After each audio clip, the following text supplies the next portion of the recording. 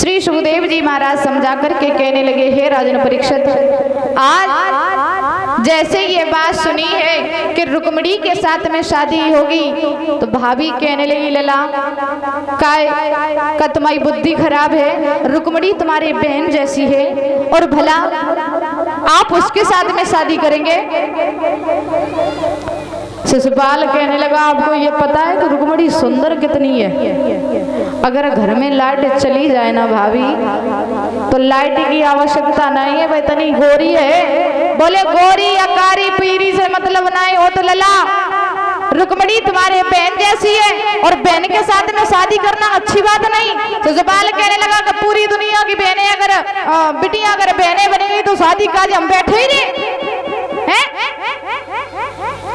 आप हमें तैयार कीजिए, दूल्हा बनाइए मुझे, हम शादी करने के लिए जा रहे हैं। भाभी ने जवाब दिया, बोले लला हम दूल्हा तो बना दी लेकिन हमने सुनी कि वहां पर कन्हैया भी आएगा। बोले कन्हैया अगर आ गया तो लला तुम्हारी दार गलवे वाली नहीं है।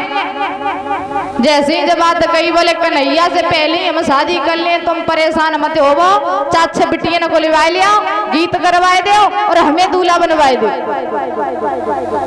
भाभी ने कही जू बूढ़ा ना माने वो, लेकिन शादी करके ही माने वो। चाचा बिटिया को टेरो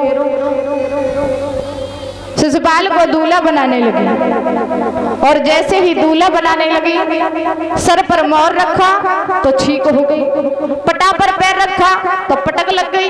भाभी कहने लगी, लला असगुन हो रहा है, अब मान जाओ। बोले भाभी सूरवीर असगुनों को नहीं मानते, पागल होगा।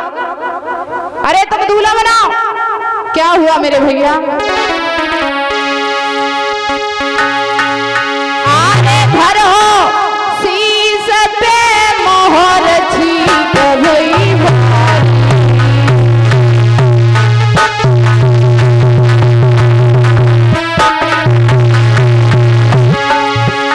अरे धरो शीश पे मोहर छीक भई भारी और पटा सर पटो पैर पटक लगी भारी।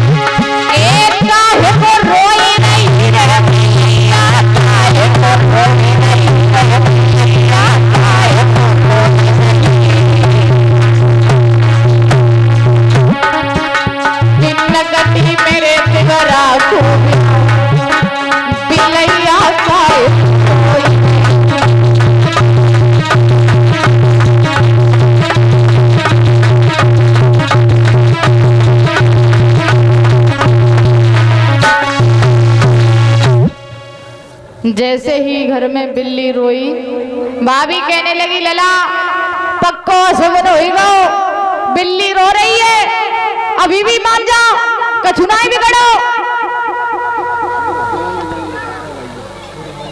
और महाराज दादा असगुन कई प्रकार के होते हैं, असगुन कई प्रकार के होते हैं।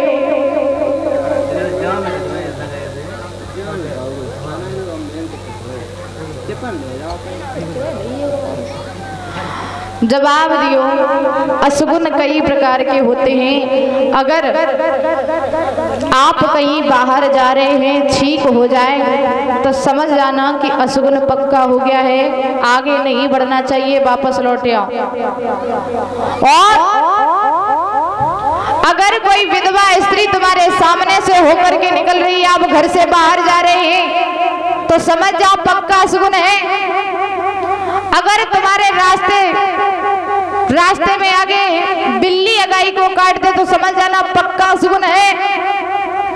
और अगर रास्ते में काला नाग आपको मिल जाए तो समझ जाना कि यह पक्का सुगुन है, आगे नहीं बढ़ना चाहिए, वापस लौट आना चाहिए। और सबसे बड़ा अशुगुन एक होता है कि घर से जब कोई व्यक्ति बाहर को चले और अगर स्त्री ने आंसू बहा दिए तो समझ जाना अशुगुन है, लौट करके वापस